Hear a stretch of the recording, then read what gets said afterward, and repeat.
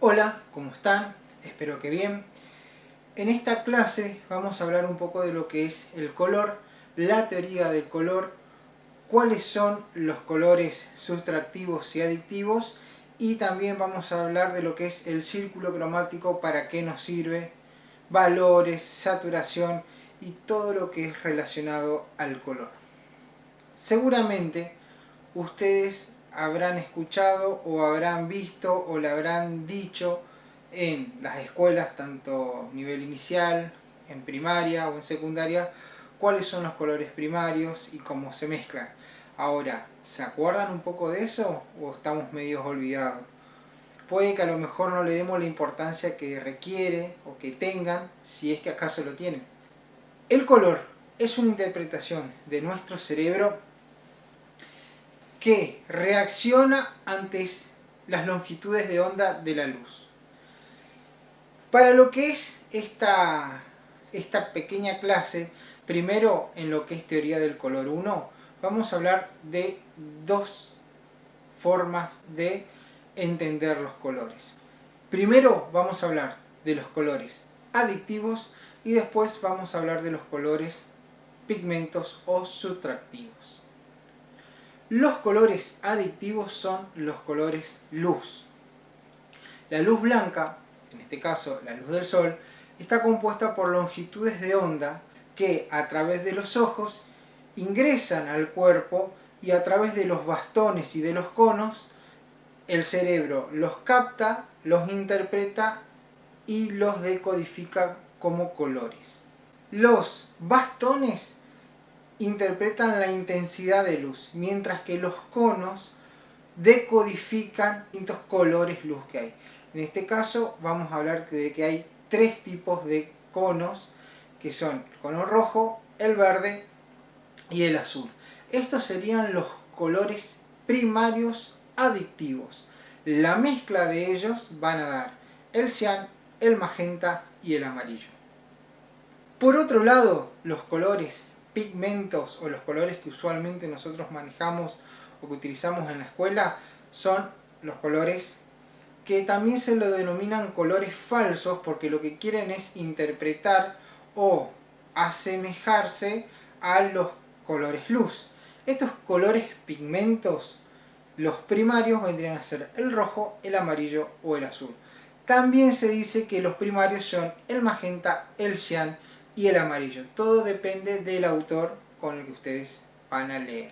Volviendo a los colores adictivos e intentando explicar más la parte física de lo que es el color, tenemos que hablar que la velocidad de la luz viaja a unos 300.000 km por segundo y cada color tiene distintas longitudes de onda. Estas longitudes de onda las descubre Isaac Newton cuando a través de un prisma de cristal hace pasar un haz de luz y esta luz se fragmenta en lo que son los colores del arco iris. Cuando hablamos de color tenemos que saber a qué estamos haciendo referencia en cuanto a qué es lo que hablamos de color. Por ejemplo, no es lo mismo hablar de los colores adictivos, no es lo mismo hablar de los colores sustractivos, como tampoco es lo mismo hablar de los colores en cuanto a cómo afecta en la psicología, o sea, los colores más relacionados a la psicología y los colores relacionados a la historia social. Son distintos puntos de vista de distintos autores. ¿Por qué? Porque se está teorizando sobre la luz y sobre cómo los seres humanos utilizamos la interpretación de esa luz en lo que se denomina colores y cómo fue pasando a través del tiempo. Yo les voy a recomendar un libro que se llama Breve Historia de los Colores, y acá en este libro habla más sobre cómo los colores afectaron en la historia y en la sociedad. No habla de la parte física y no habla tanto de la parte artística, sino más de los colores y cómo afectan o cómo afectaron a todo lo que es la historia y a todo lo que fueron hechos históricos y sociales. Es muy interesante ese libro, para que lo lean, es de muy fácil lectura. Me gustó mucho porque no habla de colores primarios, no habla de colores secundarios, habla de colores principales. En este libro hace referencia a que hay 6 colores principales, que son el azul, el rojo, el blanco, el verde, el amarillo y el negro.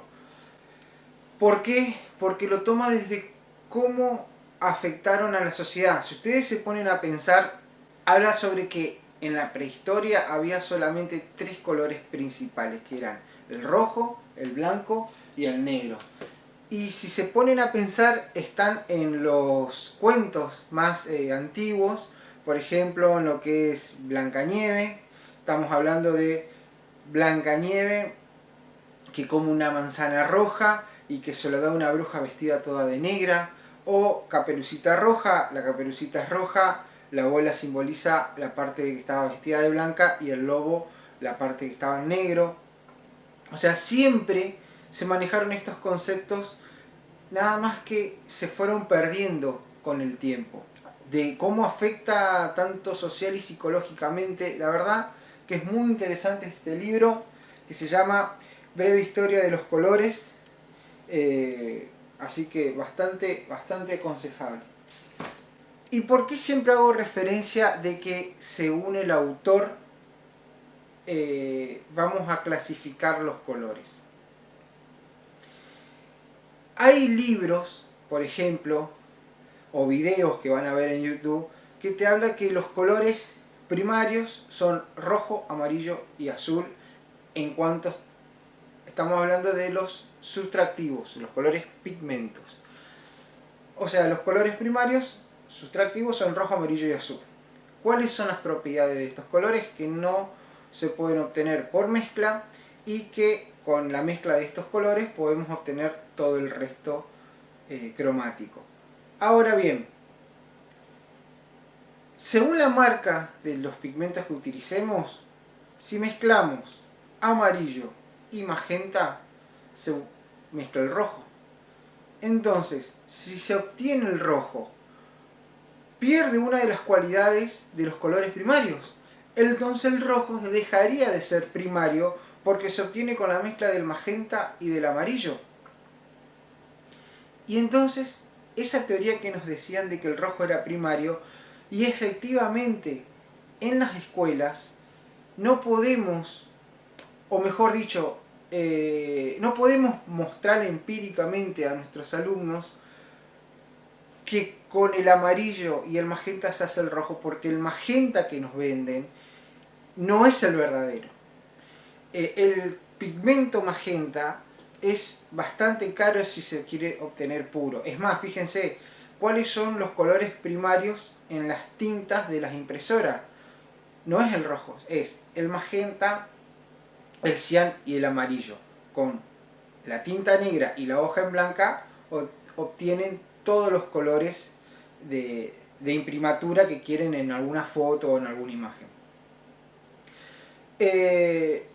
También tengan en cuenta de que según el pigmento que ustedes van a ir manejando, le van a dar distintos colores, por más que en la etiqueta diga que es por ejemplo, un amarillo medio. El amarillo medio de un acrílico no va a ser el mismo amarillo que de una témpera, no va a ser el mismo amarillo de un óleo. Entonces, se está hablando de teoría del color, pero no es lo mismo la teoría que la práctica. En cuanto hablamos de autores nuevamente, también hacemos referencia a cuáles son los colores intermedios o terciarios. En todos los videos que vi de YouTube hablan que los colores terciarios son los intermedios y a los marrones lo clasifican como quebrados. Pero también nuevamente depende del autor. Si ustedes buscan el léxico técnico de las artes plásticas, les dice claramente que la suma de los 3 primarios da los colores terciarios. Y, por ejemplo, un verde amarillento lo clasifica como intermedio, no como terciario. Es más, en este libro que tengo, que se llama Taller de Arte, Fundamentos del Óleo, que es un libro bastante antiguo, habla en lo que es el círculo cromático. Les voy a leer textual. Dice: si por último se mezclan entre sí los tres colores primarios en diferentes proporciones, se obtienen los colores terciarios que, en general, son más frecuentes en la naturaleza. Entonces, hay una diferencia de autores. Por otro lado, todo lo que es las distintas editoriales, que más vienen de España, van a decir que los colores terciarios son los intermedios. A mí en la escuela de arte me enseñaron que los colores terciarios son los marrones. Si ustedes hablan con artistas como Ricardo Selma, Juan Lescano, Ale Boyn, que son artistas argentinos bastante conocidos, te van a enseñar que los colores terciarios son los marrones. Ahora, si hablamos también con otra clase de artistas, como por ejemplo Guillermo Jara de Esperanza, o artistas más de acá de la zona, te van a decir y te van a enseñar que los colores terciarios son los intermedios, por ejemplo la mezcla de un primario con un secundario continuo. Entonces, ¿a qué nos tenemos que aferrar?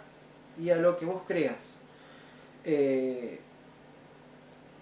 No está mal nutrirse, siempre y cuando ustedes tengan como referencia a qué autor o de qué autoría están tomando lo que dicen. Igual, con la práctica y con el círculo cromático se van a dar cuenta que no todos los rojos son iguales, que no todos los amarillos son iguales, que no todos los azules son iguales. Es más, en cuanto a pigmentación más barata, se van a dar cuenta que los azules son muy malos, lamentablemente.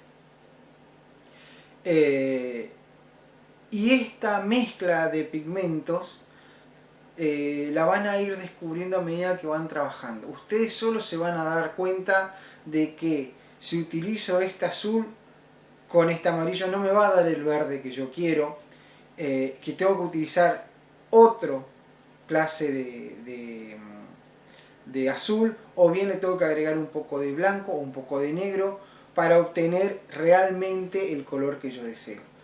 Entonces, la teoría va por un lado y la práctica lamentablemente va por otro. La práctica va por la experiencia que ustedes tengan a la hora de pintar. Entonces, ¿cómo se van a obtener estos colores? ¿Cómo se van a clasificar? Por el círculo cromático. Van a tener primarios, secundarios. Según algunos autores, en el círculo cromático van a estar los intermedios o los terciarios. Depende siempre el autor que ustedes manejen. En cuanto a la práctica del manejo del color, eso es algo que si bien uno le puede ir enseñando, que les voy a ir mostrando en los videos que siguen, un poco más de color, de teoría del color, pero abordado a la práctica, nos vamos a ir dando cuenta de que en el arte no existe la mala praxis. Hay muchísimos autores que te van a decir, o artistas que te van a decir que no hay que ocupar la pintura negra. ¿Por qué? Porque el artista lo que quiere es plasmar la belleza de la naturaleza, y en la naturaleza no existe el negro. Y personalmente yo pienso de que si un artista tiene la necesidad de pintar con pintura negra, y que lo haga. O sea, ¿quiénes somos para decir cómo te podés expresar y cómo no? Uno puede dar ciertos consejos, pero ahí a marcar tajantemente, no, de esta manera no tenés que utilizar no estoy de acuerdo con eso. Sí, ahora bien, queremos pintar a un estilo más impresionista, que el estilo impresionista lo que quería era captar la luz de la naturaleza, y ahí sí, vamos a intentar, o directamente no vamos a ocupar pintura negra. ¿Por qué? Porque los impresionistas captaban la luz y las sombras por medio de los colores complementarios. O sea, ante un follaje verde, a la sombra se le hacían o con más azul o lo pasaban al complementario con algún rojo o algún bordó o algún color que esté opuesto a esa gama de verdes o verdes azulados que tenía el follaje. Por ejemplo, a un objeto que era amarillo, la sombra podría ser, por ejemplo, violeta. Entonces, jugaban con los complementarios, pero era una manera de pintar. Si me preguntan personalmente, ¿hay formas de oscurecer los colores que no sean con el negro? Pero totalmente. Y puede ser mucho más enriquecedor, pero es mucho más, cuesta mucho más trabajar de esa manera. Después hay artistas, por ejemplo, como Thor, que pintaban solamente con dos colores, ocre, rojo, blanco y negro. También esta clasificación de decir, ¿es color el color blanco y el color negro? ¿Son colores? ¿No son colores? ¿Son presencia de luz y ausencia de luz? Entonces, ¿por qué existe un blanco de plomo, un blanco de titanio, un negro marfil, un negro de paint? Es más, antes existía un color llamado negro momia. Entonces, estas clases de pinturas negras o clases de pinturas blancas, blanco antiguo, si tienen distintos nombres, tienen distintas tonalidades. Y si vamos al caso de que estamos utilizando pigmentos, por eso hablamos de colores pigmentos, no vamos a intentar razonar juntos. Si estamos hablando de pigmentos y estamos diciendo que hay un rojo pigmento, amarillo pigmento, el color negro y el color blanco se saca de un pigmento. Esos pigmentos, si se sacan de un pigmento, son colores que representen la ausencia o la presencia de luz. Es otro tema de discusión. Que yo pueda en la parte física decir que lo negro es ausencia de luz y la luz blanca es presencia de luz, perfecto. Pero a la hora de pintar, estamos utilizando materia, estamos utilizando pigmento. Los pigmentos que se elaboran para las pinturas oscuras o para las pinturas negras y para las pinturas blancas, estamos hablando de colores.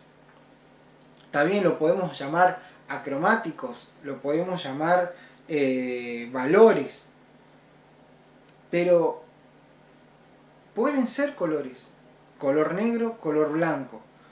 Insisto, depende del autor, depende el autor con el que ustedes se manejen. Yo hace unos años atrás le prohibí a mis alumnos, por ejemplo, decir que el blanco y el negro son colores. Por ejemplo, alguien dice, qué buena tu camisa color negra. Y no, qué buena tu camisa negra, porque el negro no era un color. Pero hoy en día, que estoy manejando otra clase de autores, no sé si está tan mal. No sé si está mal decir, pasame el color negro o pasame el color blanco. No lo sé. Cuando uno empieza a manejar distintos autores, se da cuenta que lo que conocía previamente no estaba del todo acertado. Entonces, el blanco, el negro, ¿son colores? Decídanlo ustedes. Lean, busquen autores, busquen artistas. Y ustedes decían, el negro, blanco, ¿son colores? Según desde qué punto de vista lo abordemos. De la parte física, de la parte artística, de la parte pictórica, de la parte social histórica. Decídanlo ustedes. Vamos a pasar ahora a la parte más práctica. Vamos a empezar a elaborar un círculo cromático y en base a ese círculo cromático vamos a hablar de lo que son colores complementarios, colores análogos, colores fríos, colores cálidos, colores, cómo se mezclan y cómo se ordenan en esta armonía o este círculo cromático. Bien, en cuanto al círculo cromático, el círculo cromático lo que nos va a servir a nosotros es la utilización correcta o la forma correcta de ordenar los colores. ¿Qué es un círculo cromático? Es como el diccionario del color. Es una orden lógica de los colores pigmentos. Este es un pequeño círculo cromático que hice como para mostrarles cómo mezclar los colores primarios. ¿Cuáles son los colores primarios que yo voy a utilizar? Va a ser un rojo de cadmio, un amarillo oro y un azul ultramar. Esos son los tres primarios. Entonces los vamos a empezar a posicionar en nuestro círculo cromático. No tiene una forma correcta. ¿Qué quiere decir? Que no es que yo tengo que poner sí o sí el rojo acá o acá o acá. Es una forma en el cual yo me voy a ordenar. Por un tema de costumbre voy a posicionar el rojo en la parte de arriba.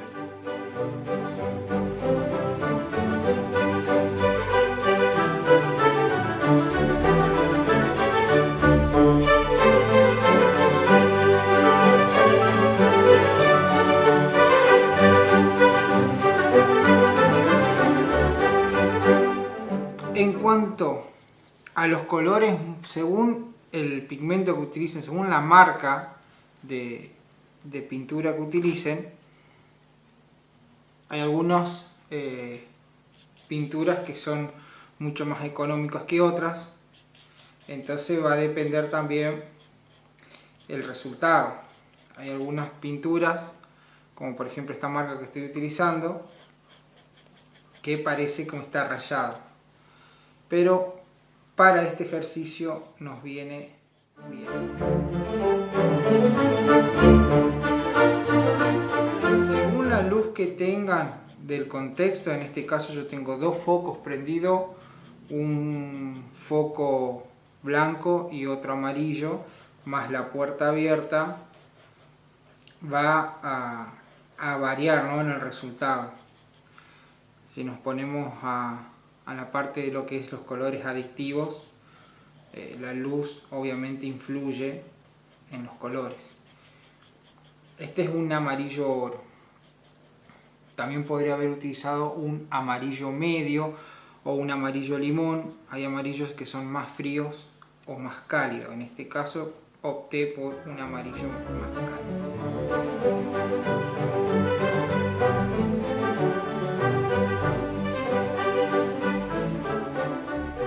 De esta marca en particular, y ustedes se van a dar cuenta cuando la compren, por lo menos si están acá en Argentina, van a ver que el azul es muy malo, pero es algo que nos sirve para este ejercicio.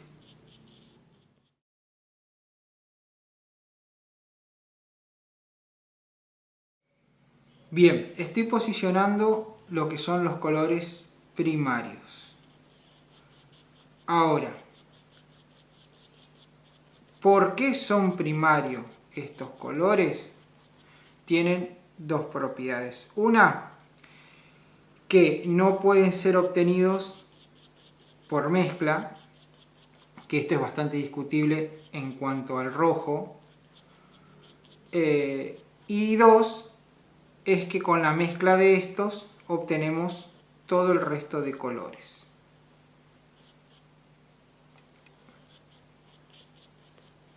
Entonces, ahí ya tenemos posicionado los tres primarios. Ahora vamos a jugar con los secundarios. ¿Cómo vamos a mezclar? Vamos a ir mezclando de a poco para obtener los secundarios. Vamos a empezar a jugar con el amarillo y un poquito de rojo. ¿Por qué un poco? Porque siempre los colores oscuros son más fuertes que los colores claros. Entonces el amarillo lamentablemente va a ser nuestro color más débil, por así decirlo. También depende de la marca, ¿no? En este caso ahí estoy obteniendo un naranja. Y lo voy a posicionar entre el rojo y el amarillo.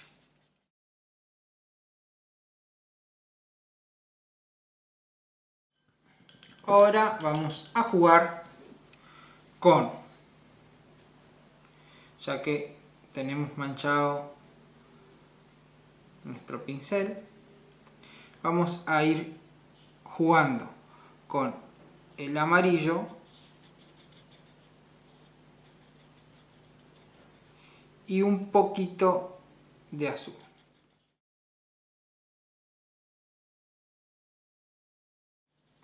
Vamos a obtener el verde.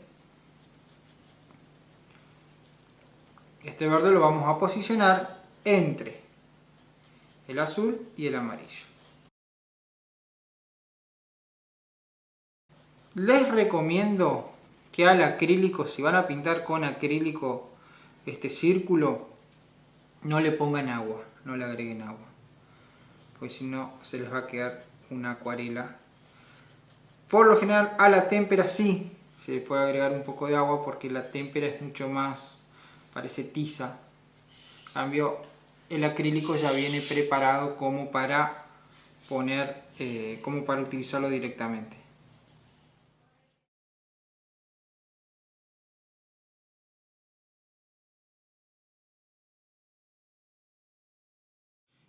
Y por último vamos a ir con el rojo y el azul. En la teoría se tendría que dar el color violeta, pero insisto, depende mucho de las marcas que ustedes utilicen.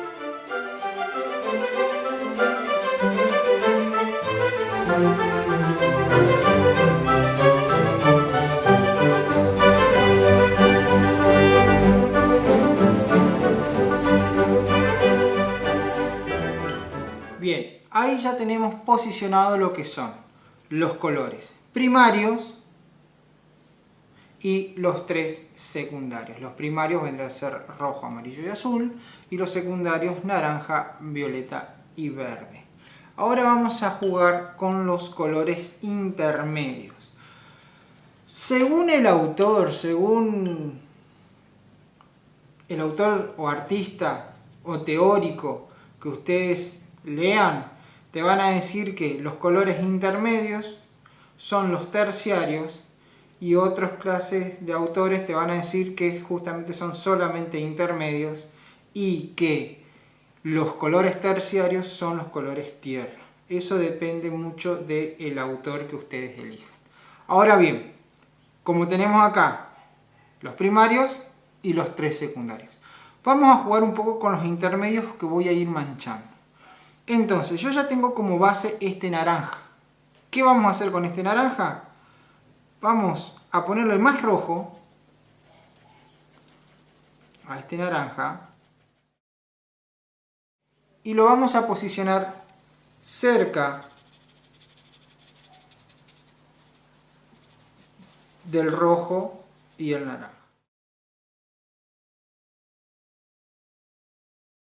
Y del otro lado, en el mismo naranja, le vamos a poner más amarillo.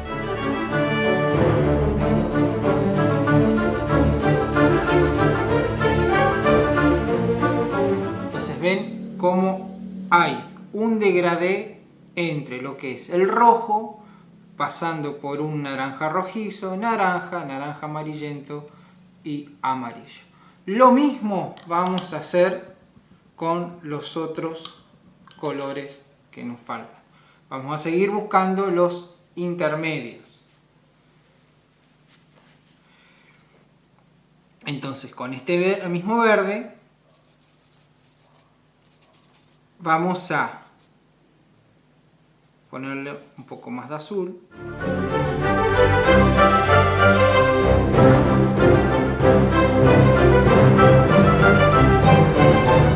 Lo bueno es que al jugar solamente con tres primarios es más fácil obtener un color en el caso de que nos hayamos quedado sin.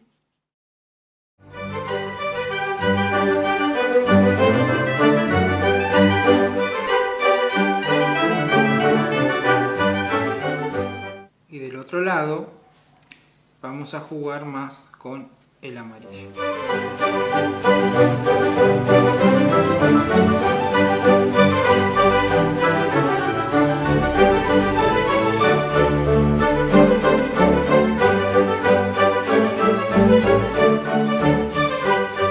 Fíjense como del violeta pasamos a un violeta azulado, y si al mismo violeta le ponemos más rojo, va a ser un violeta rojizo.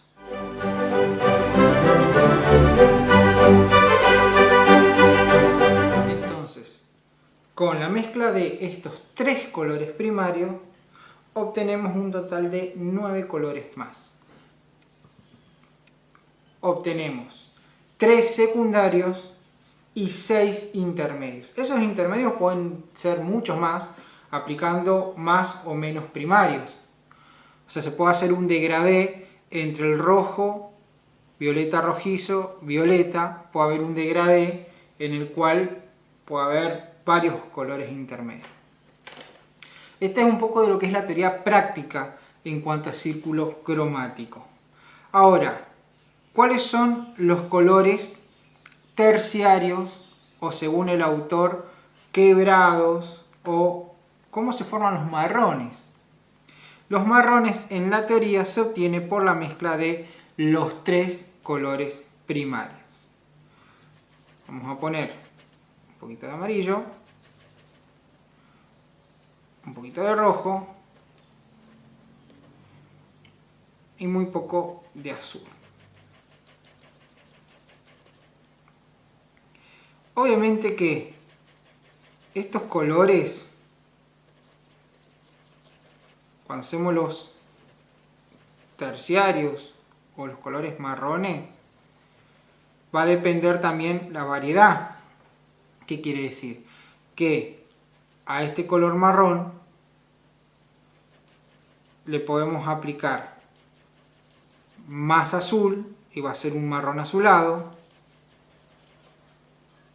Le podemos aplicar más rojo y va a ser un marrón bien rojizo. O si le aplicamos amarillo, va a ser un marrón ocre, un marrón mucho más amarillento, más claro, en el cual podemos jugar con estos 3. O sea que con los 3 primarios vamos a obtener infinidad de colores dependiendo cómo lo utilicemos.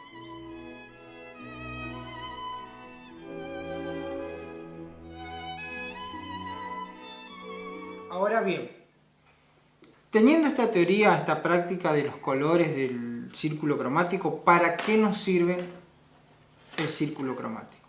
Con el círculo cromático podemos obtener o podemos darnos cuenta de cuáles son los colores complementarios.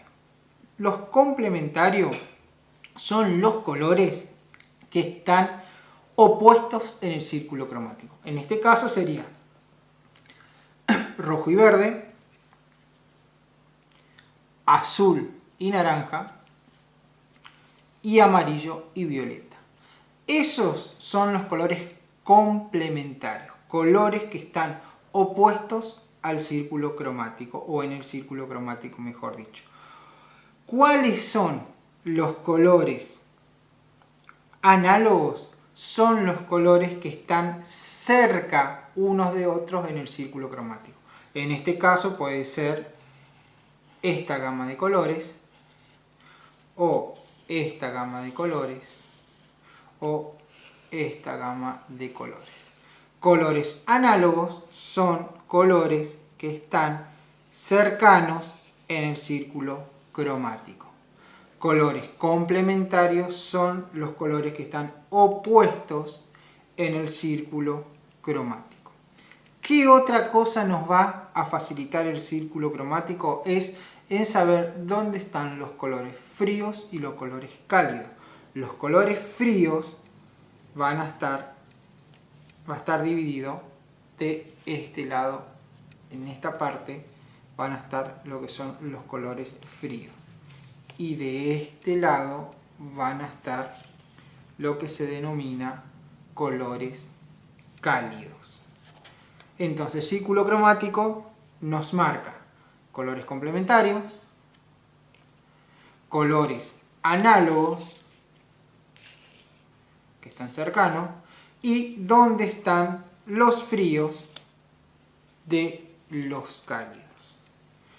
Entonces, este juego de los tres colores primarios nos va a servir para no solamente saber cómo se mezclan los colores, sino también cómo se ordenan los colores. Entonces, esto es algo para que ustedes tengan en cuenta, para que lo hagan, lo practiquen. En base a esto va a saltar toda la otra teoría. Esto es lo básico para que tengan en cuenta sobre teoría del color. Esto es en cuanto a colores pigmentos.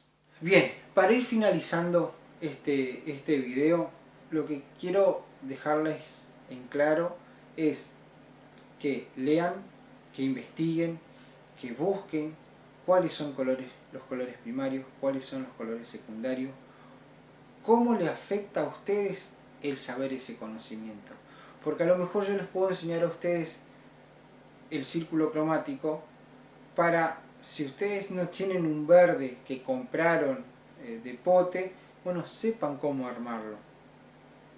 Que sepan cómo administrar los colores, sepan lo que es la armonía del color y también sepan un poco de este debate sobre cuáles son colores terciarios, cuáles no, si el blanco y el negro son colores. Todo eso está en manos de teóricos, de filósofos, de artistas que no se ponen de acuerdo y no se van a poner de acuerdo. Entonces, lean, investiguen y finalmente ustedes son los que van a decidir. Así que bueno, sin nada más que decirles, esta es la primera clase de lo que es teoría del color 1. Después vamos a ir viendo lo que es la parte más práctica. Igual siempre vamos a ir recordando estos conceptos. Y otra cosa, este criterio que yo tengo son los criterios que tengo hoy, año 2020. Puede que el año que viene cambie, puede que mañana cambie o que mañana lea otro autor que dice otra cosa y me voló la cabeza y diga, sí, es esto. Y este video haya quedado obsoleto. Entonces, a eso es a lo que me refiero. Busquen, lean, investiguen, busquen prueba, experimenten. Que en realidad el arte se trata de eso, de jugar, de probar, de experimentar. Y bueno, después los teóricos se encargarán de decir qué es y qué no es. Ustedes mientras tanto jueguen y diviértanse con esto que es el arte.